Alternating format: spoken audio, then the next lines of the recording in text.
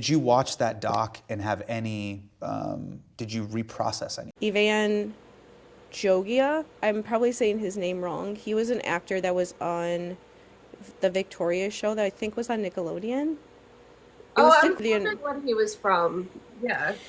I had to look that up because I was a little bit too old to watch those shows when like Selena Gomez was like really little, I think was around that time.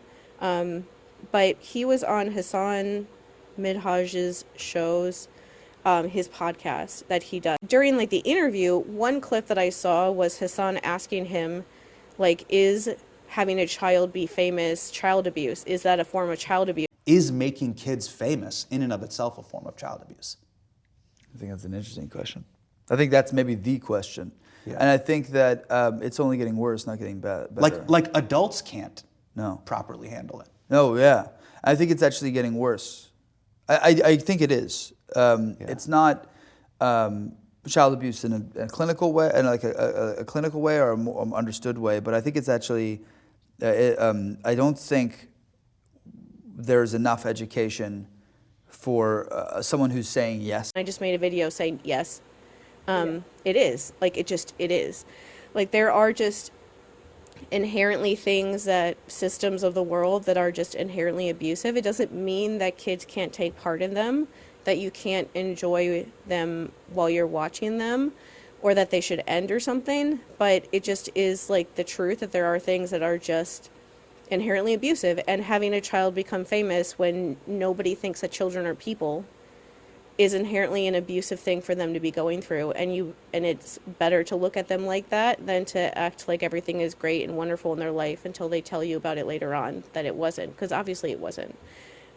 Nobody cares what happens to kids in normal situations, much less when they're in the middle of all of that.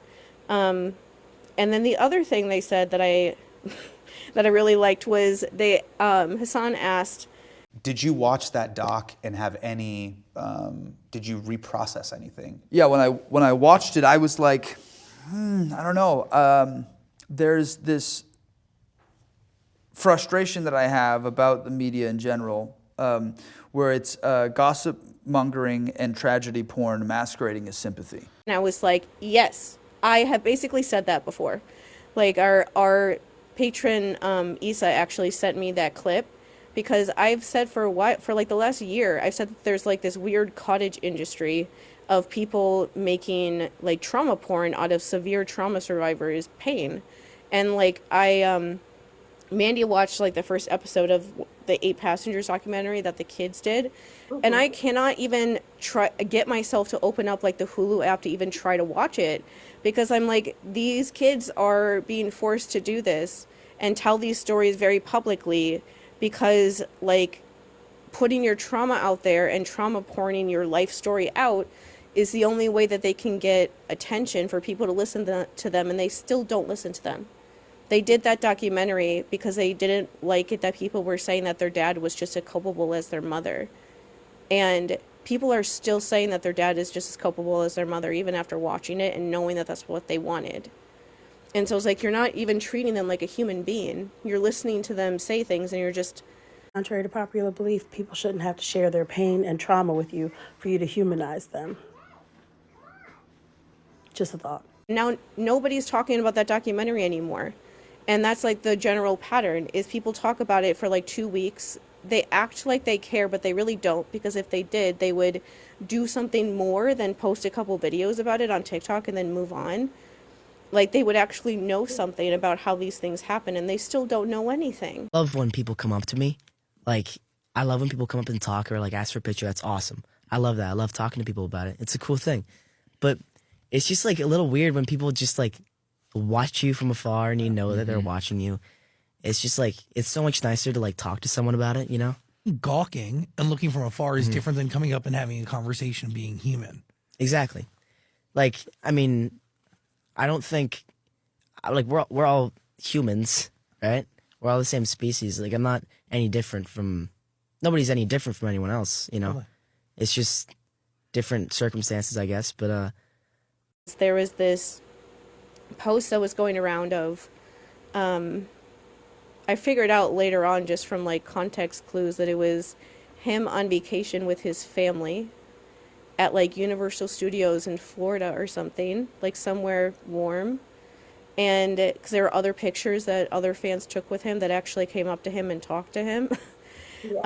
But it was a video of somebody just following him around the theme park and like just recording him. And the video that like fans of his were like memifying was him looking right at the person that's recording him, like obviously like upset and not happy at all, as you wouldn't be.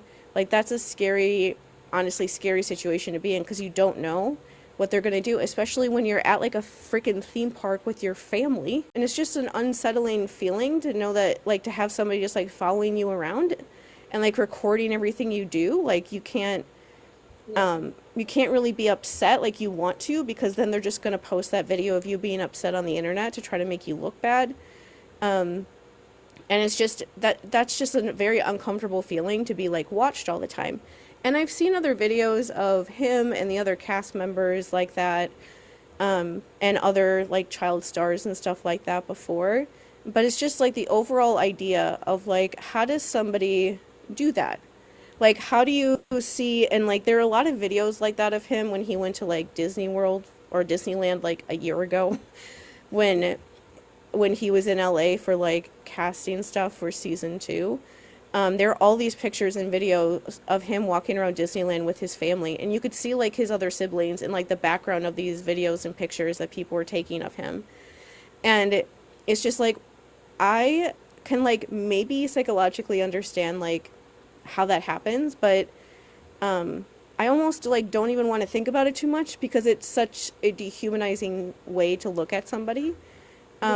Because it's literally treating them like they're a toy, like that you can play with, that they're not like they're not like a person. And like Becky said that recently on Threads. She was talking about how child actors would have an easier time, or it would be like a less traumatizing job if people remembered that they were human and didn't treat them like dolls that they were playing with. But like genuinely, if you're at like a theme park and you see somebody there with like their family, their friends, whoever, and you decide to like follow them around and record them, you're like treating them like they're not really a person, because it's not like those people that are doing that couldn't come up to him and like, you know, take a picture or talk to him or something. It's like they don't want to. They think it's like more fun to like follow them around. And like that picture, that very short video of him where he like looks right at the camera and then looks away and obviously looks like very unhappy and also nervous. You can see like another family member of his like standing right by him. And when I watched that, I was like, why would you ever take this and then post it on the internet?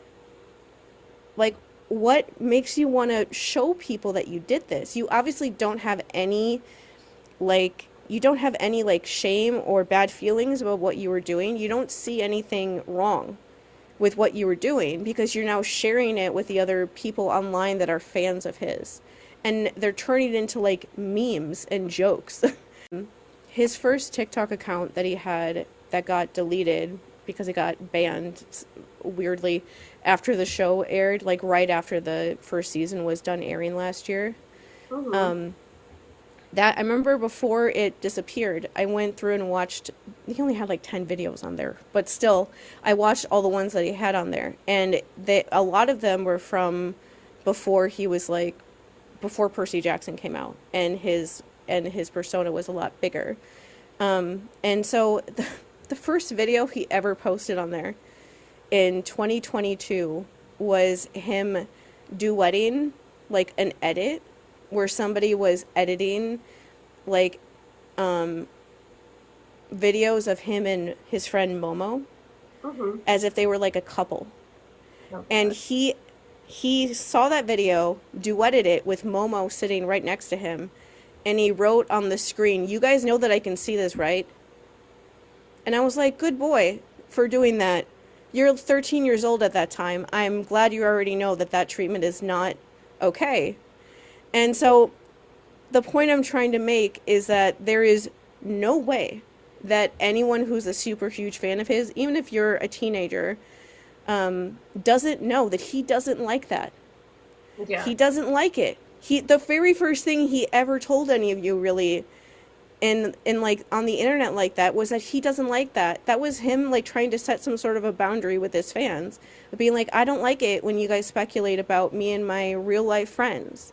I don't like it when there's this crossover between my private life and my public life. And so if you still talk about that stuff and speculate about him and the other actors, or just talk about like his siblings, his family in like a public way like that, you're hearing him say, I don't want you to talk like this, and you're doing it anyway.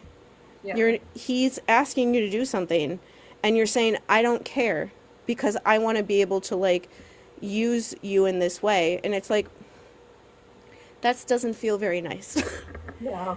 And it's just, that's the stuff that I mean by like, they're not treated like they're human. And like, people don't treat children like they're human in general. So I suppose that's not surprising. But it is a much more intense experience when they're in the public eye like this, because a lot more people are perceiving them. A lot more people are watching everything they do. It's hard to control what people say about you. Anyone can say anything about you on the internet, and there's nothing that you can do to really stop it. If you like acknowledge it, sometimes that makes it worse, because then you're bringing more attention to it and just creates more people doing more of those things. But it's just, it's hard. Like, I want kids like him to be able to go out in public with their friends or their family or whatever, and be able to do that without being worried about what's going to happen. Because they're still kids. Like, they can't go anywhere. They can't go anywhere or do anything. They don't have like real, rights or protections or anything. He's just a normal kid. And so it's like, when he's not filming or anything like that, he's just a normal kid like anybody else. And so like, what is he supposed to do if things like that happen? There isn't that much that he can do. And that's just, I don't know like why people put stars like that in that position, because that's why a lot of child actors like disappear into like the universe somewhere when they get to be like 18 or 19 years old. Like, what was it that I was talking to you about where one of the other like TikTok interview clips that Issa sent me was an actor. I don't remember his name, but he was an actor. I recognized him, and he had kids that acted on set. The problem with set too, as an actor, you're being catered to. Everyone has an assistant because you're filming, they go and grab something for you. Kids don't understand the nuance of that. This is all a big puzzle, and we all are working together to get the thing done. They just know that there is a person who is going to do this for you. And so kids start developing this, get me a this, get me a that. And you're like, they're gonna be a little asshole when they grow up. Yes. I hate little assholes. Yeah. Little assholes. For kids on set, they're like, well, I want an orange juice. I'm like, okay, follow me. That's where the table is. So go get that little thing and then pour it yourself. Here. And I thought that would be interesting to think about, of like, for people that didn't grow up like that and then suddenly are in that environment. That would be really weird to watch people just like be used to somebody just doing stuff for them. Like, I would feel bad asking anyone to do anything for me like that. They either end up like somebody who's like super quote unquote mature and like a little adult and super parentified because they can like handle everything themselves because they were put in like adult situations and took responsibility of it, or they have zero life skills whatsoever because other people did everything for them, and then they turn 18 and don't know how to do anything at all. It's one or the other. There's like no in between. And so on top of that, like, imagine when you are out there in the world and trying to be like a normal person, people watching everything you do, just like sick of it happening. Like, I'm just sick of it. I'm just sick of watching child stars be obviously treated badly. Like, you can actively see it happening in front of you. And then people act like they're so surprised why they're traumatized by everything they experience in their life later on. And it's like, what do you think was going on when this stuff was happening? Made for him Yeah. when he was 6 years old Right. by his mother or father. Yeah. You've completely ruined that child's ability to dictate for themselves how they want their life to go and who they want to be as a person. And so I think that as hard as it was and how unregulated and really not thoughtful my era of children's television was and teen idol worship was, I think this is we're like dealing on a magnitude that is unimaginable. And now there's update accounts on Twitter, and like the tabloids are publishing 24/7. It's not just you go to this grocery store and you have, what was it, like Newsweek and shit like that. Mm-hmm. It's inescapable. It's really inescapable, and for these kids to grow up knowing people are dehumanizing them, it makes me think Rebecca Black, I know, has said a lot about the way she grew up, because she grew up memeified. All of us talking about that music video, because back then YouTube was a wonder, and it's like, how did this little girl get this full music video? I venture to guess a lot of people's reaction towards Friday was jealousy of like, how did she get this when I could do this so much better? Mm-hmm. But it was just because we all didn't know. Like, literally anyone could post to YouTube. You just get the right production value. You could have done the exact same shit as her. Mm-hmm. Yeah, I'm pretty sure the story with that was just like her parents just spent the money to make that because they knew that it would make her happy. That was literally all it was. She was just like a middle school kid. Yeah. And that is like that's what I mean by like people don't treat children like they're human beings. Like they wouldn't treat anybody else that way. And, people talk shit about Katy Perry right now, but she's the only person that was somewhat nice to Rebecca Black in that era, because they had that whatever Saturday Night song that was, she put her in the music video for it and made her the cool girl. Like, that's literally the only person that was being nice to her in that era. And that's so sad to think. Like, you look at Rebecca Black now, and she is a very colorful adult, and you have to wonder how much she went through, like, personally, just over that. I know she's talked about it here and there, but, like, there's no way any of us can imagine having the entire internet dogpile on us. Mm-hmm. Yeah, and since we talk about Percy Jackson stuff, I just want kids to almost think about, like, do you want to be a part of a kid's trauma?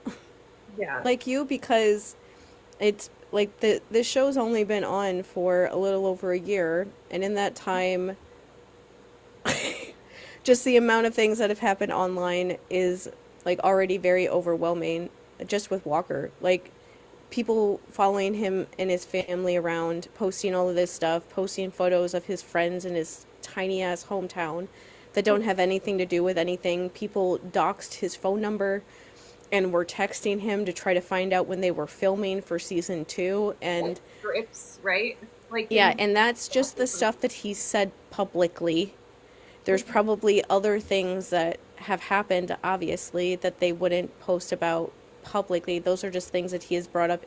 Like, he literally just brought up in an interview, and during the interview, you see, like, Aryan and Leah look at him like, when he's saying, like, oh yeah, somebody texted me, and they both look at him like, what? Like, somebody texted you?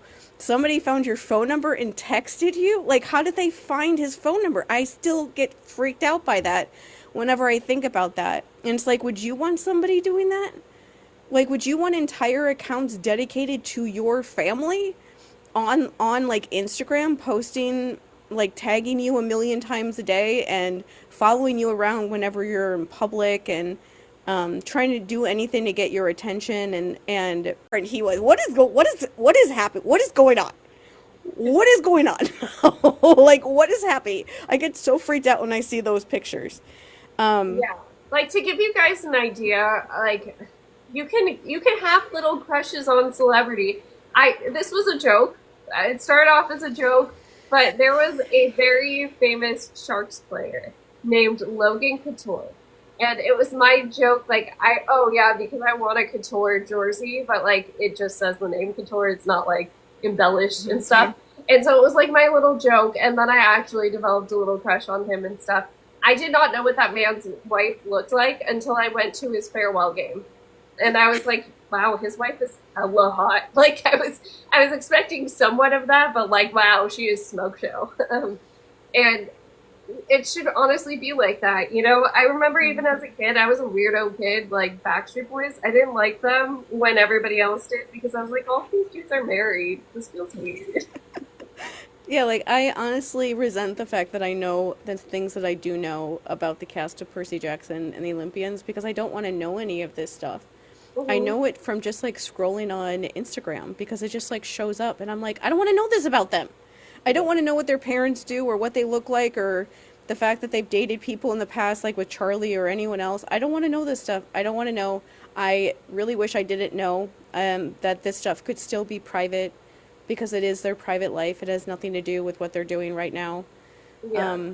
I hate that this stuff is just out there and people feel like because they're decided to, I guess like the thing I wanted to say to kind of end this discussion is acting is like kind of like an insular sort of job in a way. Like you're on set every day. They're on set for like 10 hours, 10 to 12 hours a day, 5 days a week. They basically spend, when they're filming, they spend every waking moment basically on set.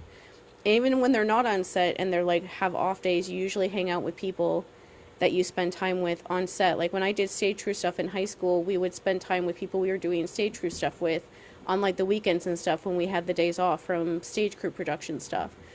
It's just how you are. It's because it's fun doing that stuff together. You're doing something together and you want to spend time together because you're all enjoying yourself doing it when it's a good environment. And so it's like this insular thing where you're all working really hard doing this stuff and it's really rewarding. And it's like a delayed thing where you, like months later you get to see like the payoff for all of that hard work that you've done. But it is a thing where you spend most of your time just around this like small group of people doing all of this work. And so it's not like you're like on a stage like a musician or something in front of a ton of people. You're just in a, like, yeah, there are people on set watching you when you're working, but it's not that many people, honestly. And so it's just like a thing of like they're not actually choosing to be public figures that way. Like, yeah, they're good at acting and they're putting themselves out there, and the movies that they're in or shows that they're in, a lot of people watch them, but they haven't made that same decision like other stars can do in other jobs where they're actively making themselves like a figure to be like idolized that way in the same sort of way, because the work that you do with this sort of work is much more like solitary in a way. Like you have to do it. You have to remember the lines. You have to get what you need to get out of that scene. It's up to, like, you're doing it because you want to get the scene right, but it's up to you to do it. And outside of the people that are there when you're filming, nobody else sees it for a long time. And so it feels especially hard for people to think that because they decided to be an actor at this big level, that they have somehow like signed this contract that everything else they do is just up for public consumption. When they haven't. They just haven't.